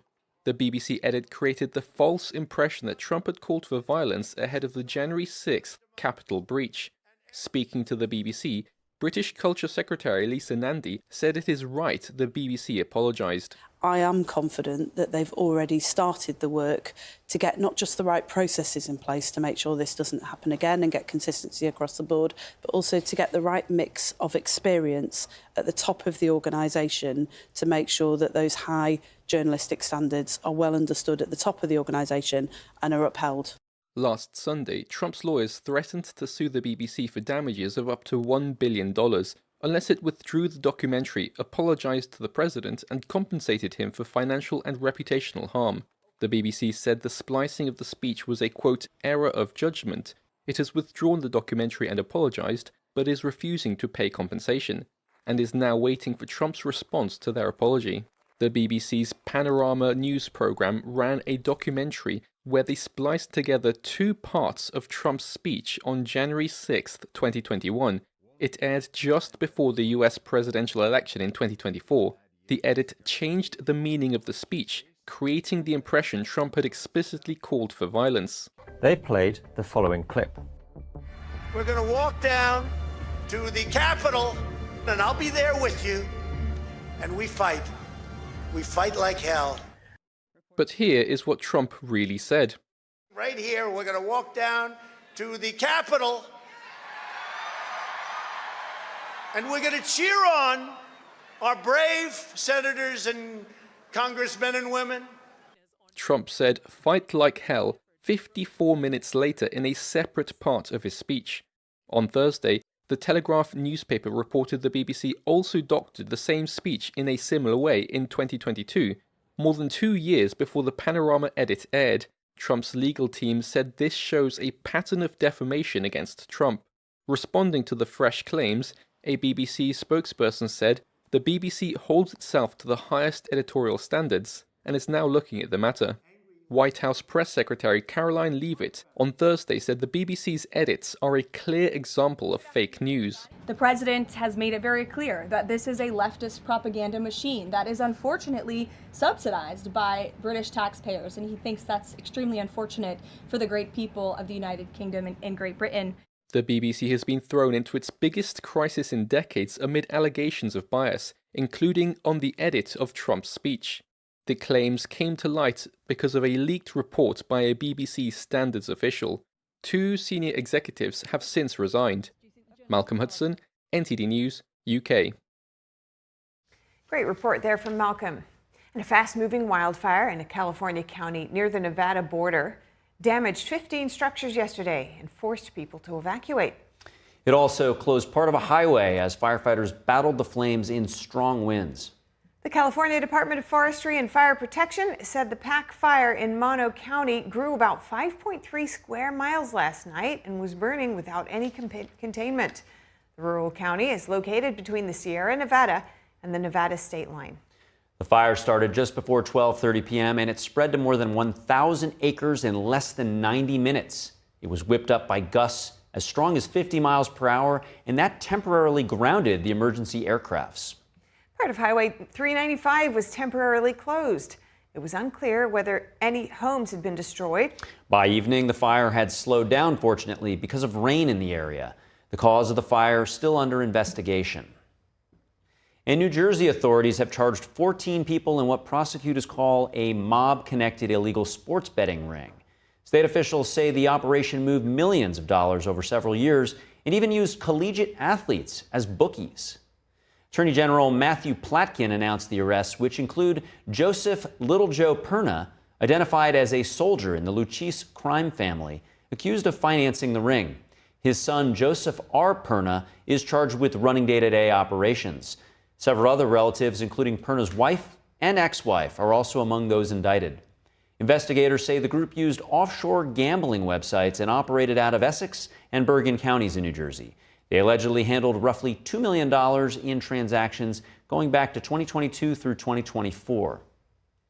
And a new provision in the federal spending bill signed by President Trump could dramatically reshape the fast-growing market for hemp-derived THC products. The measure bars any item containing more than 0.4 milligrams of THC per container. That effectively outlaws many popular gummies, drinks, vapes, and topical products that are now sold nationwide. The hemp industry warns the limit could wipe out 95% of the market, and that would threaten what it says is more than 300,000 jobs. An effort by Senator Rand Paul to remove the language was rejected in the Senate. Farmers and small business owners say the change could force them to shut down. Supporters, including Senator Mitch McConnell and dozens of state attorneys general, argue the loophole created by the 2018 Farm Bill has enabled unregulated, intoxicating products to proliferate. Meanwhile, a pivotal step in the ongoing space race as Blue Origin's New Glenn rocket lifts 2 NASA spacecraft toward Mars. The rocket lifted off from Florida yesterday. The launch followed several days of delays caused by bad weather and strong solar activity, the latter of which was responsible for those recent rare aurora sightings far out of their normal range. In a major milestone, Jeff Bezos' Blue Origin successfully landed the reusable booster on an ocean platform, and the company's first attempt in January had failed. NASA's twin Escapade orbiters will first spend a year in a holding orbit near Earth before heading to Mars once the 2 planets align. They'll then study how solar wind and magnetic forces erode the planet's atmosphere, clues to how Mars went from warm and wet to dry and cold.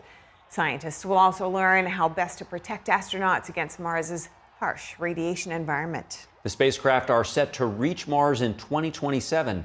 In a social media post, SpaceX CEO Elon Musk congratulated his competitor Jeff Bezos and the Blue Origin team. Shenyun Performing Arts has dazzled audiences worldwide with the extraordinary skill and grace of its classical Chinese dancers. Now, for a limited time, viewers have a rare chance to see what makes their performances so breathtaking in a special Mid-Autumn Festival technique showcase premiering November 15th on the video platform Ganjing World. Here's an early look.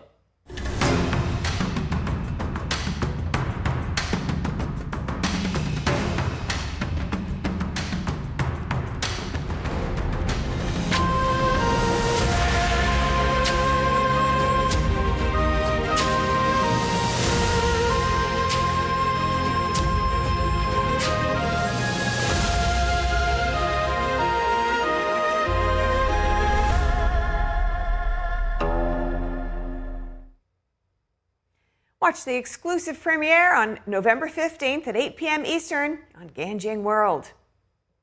Up ahead, what defines success for you? Ahead, we'll speak with the author of a new book who says our definition may be what's limiting us. After this.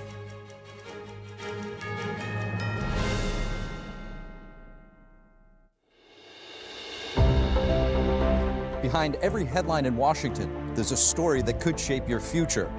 With the Capitol Report, you get more than just the news. You get direct access to the White House and the Capitol.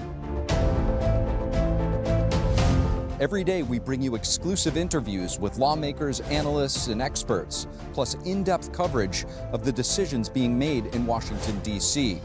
Broadcasting live from the nation's capital, you witness events as they unfold, straight from the heart of Washington, keeping you connected, informed, and always a step ahead.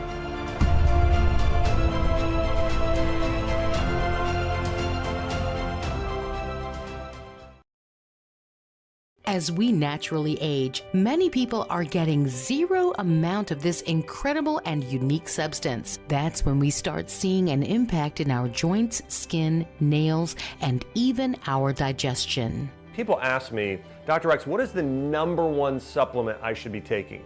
My answer is multi-collagen protein. People's reactions to me, people were like, what are you doing? What is going on? You look amazing. You have a glow about you. What makes Ancient Nutrition Multi-Collagen stand out from other brands? 10 types of collagen. It's grass-fed, pasture-raised with vitamin C and probiotics. It's proven to reduce joint discomfort rapidly, continuously, and persistently. It improves the appearance of crow's feet after 4 weeks and improves skin tone after 8 weeks. And it promotes hair thickness, growth, and a reduction in hair breakage. It has transformed everything from my hair. Like, my hair was starting to kind of just, come out, and I don't have that anymore. My skin feels amazing. Call the number on your screen and find out how to get a free bottle when you order, plus free shipping and our 30-day money-back guarantee. And as a bonus, we will include Dr. Josh Axe and Jordan Rubin's revolutionary book, Multi-Collagen Makeover, free with your order, plus free shipping and free returns. I have implicit trust in Dr. Axe because the plan worked. I'm living proof of it. This is the collagen protein that is backed by clinical studies. It's what my family uses, it's what I use, and I know you're gonna benefit in a big way as well. Love the results or get your money back. This special TV offer is not available in stores. Call the number on your screen or go online now.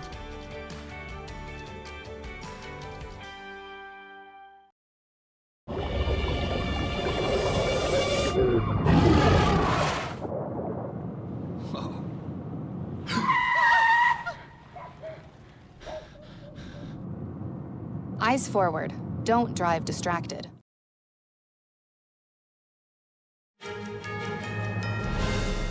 Welcome back to NTD Good Morning. You can have it all. In the search for a successful, fulfilling, and well-rounded life, what does that really look like? Many women today, particularly, find themselves caught trying to balance work and family life, and it can be a lot. It can make you feel lost and even burned out. That's right. Joining us today with insights and findings and perhaps redefining that balance is Chelsea Ann, a board-certified nurse practitioner, women's health and integrative medicine practitioner, and the author of the new book, The Feminine Effect, Discovering Your True Nature. Welcome. It's so great to have you with us. Thanks for having me, guys. I'm excited to speak about this today. For sure. And just to begin with, what do you think is the core of the issue for women today? Well, I really want to talk about redefining what success is and redefining what power is. And I want to take it back to my own story. So, because everyone has a different definition of what success is. And as we know, society standards, it's financial, it's gaining, it's competition, it's often greed. And so we lose ourselves as women. So personally, in my life, I was incredibly ambitious, competitive. I wanted to get to the top, and it felt like there was a carrot always dangling. Like, you never get enough. You get to that point, and then there's always more. There's more courses, there's more education, there's more travel, there's more homes, and it never ended. And in my personal life, it ended in a divorce. For my patients, what I see is they often become physically ill. Maybe it's their thyroid, maybe it's their adrenal glands, perhaps it's anxiety. Maybe it's a discord within their relationship, or they're just not feeling happy within their marriage. And so this book, The Feminine Effect, takes women through a transformational process of why are we uncomfortable? What are we missing? And the answer is we're missing our nature as women. We're missing our connection to our femininity. We don't know what it is anymore because we're guided by society's standards of what that is, which is independence and financial success. So then, how would you then redefine what success should look like? Well, you kind of have to take a step back and undo everything you think is right and stop looking to the outside world of what that is. So first, you have to begin the process by getting to know yourself, number one. So getting to know yourself is not so easy for most people because you're looking outside for a definition of who you are. So that may be therapy, which is easy, maybe meditation. It may be taking relationships where you look as a relationship as a mirror. Is it in disharmony or is it in harmony? And then the next step would be defining what you need in your life to make your feminine nature possible. So maybe that's taking a space from work, taking a break, and then, figuring out like, do I want more connection? Do I want more, what are my values? How can I bring in feminine values into my life? Is it connection? Is it love? Is it integrity? Is it worthiness? Is it relationships? We've lost those things, which are incredibly power to the woman and intuition.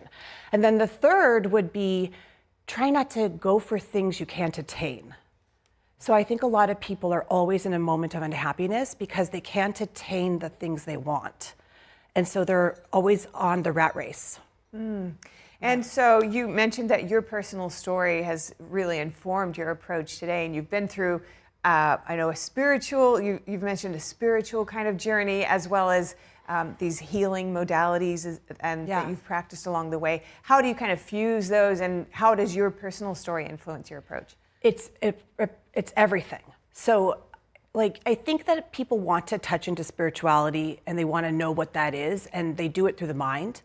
And there was many years I did it through the mind. So like most women who are beginning the process of trying to find themselves, they go to meditation class, they go to yoga class, they travel the world, they go, they take courses. And a lot of that is a business. And really a lot of it is opening your heart. And when you open your heart and you begin to feel as a woman, your intuition is connected. And then you can maybe your values will change. And so if you're always working, you may say, today's not the day. I'm going to be with my children today. Maybe you don't have the separation of a nanny anymore. It's like simple things when the heart opens. So the spiritual process becomes, very practical. So just in a moment to moment or day by day approach, how would you advise people to start opening their hearts? Well, you have to see the conditioning from your childhood that closed your heart. So there's typically events in women's lives and in men's lives that program us or condition us to act in a certain way. And then on top of that, we have our conditioning from society that tells us, just what we're talking about. Financial success is what you need to do, or I need to act a certain way. I'm going to look on social media and that's how I'm going to be. So in order to get to know yourself in your authenticity, you often have to take space. Maybe you have to take a break from work, for a period of time to heal. Like you would heal from a chronic illness. You have to know that, something's out of balance. I want to reconnect to the femininity and gain my power back. And then maybe take a break from social media, simple things like that to reconnect to your children and your family. And it can feel like such a sacrifice, almost like you say, if we're getting our sense of power from our income or from our identity at work, to take that break. But here you've described femininity as a source of power. If you could speak more to that about what you see femininity as. So this one makes me want to cry, because why do all women, and I'm going to say the word masculine, not to separate, but I'm speaking to women as a woman. Why do we think it's more powerful to act like a man? Why is the definition oftentimes, and I'm not saying that we don't want these certain powers in society. What I'm saying is we often look to success and power as defined by society, which has been defined by something bigger than us. And so what I'm saying here is what if intuition became a source of power? What if motherhood was then in the Western world? I work with mothers. I've worked with mothers in labor and delivery in the clinic every single day for 15 years.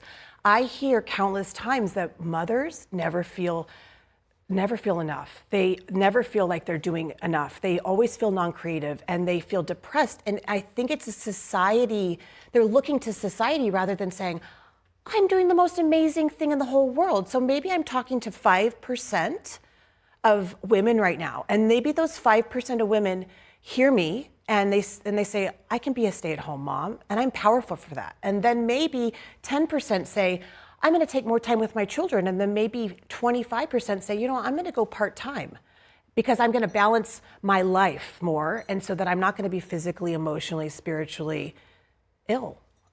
All leading to a greater sense of well-being, more balance, and that important aspect of raising the next generation of human beings for human civilization, right? Yeah, like why have we lost the importance of that? Why? It's so important. Yeah, such an important topic. Chelsea Ann, the author of The Feminine Effect. Such an important topic. Thank you for coming in and sharing with us today. Thank you guys for having me. I really enjoyed it. Yeah, wonderful. Thank you so much. And we do have to end our show now. Thank you for joining us. Stay with us, though, for NTD News Today at 10 with Alice Tong coming up shortly. I'm Carrie Dunst. I'm Stephanie Cox. See you soon.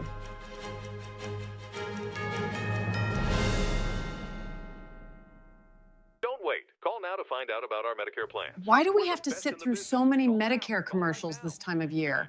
It's endless.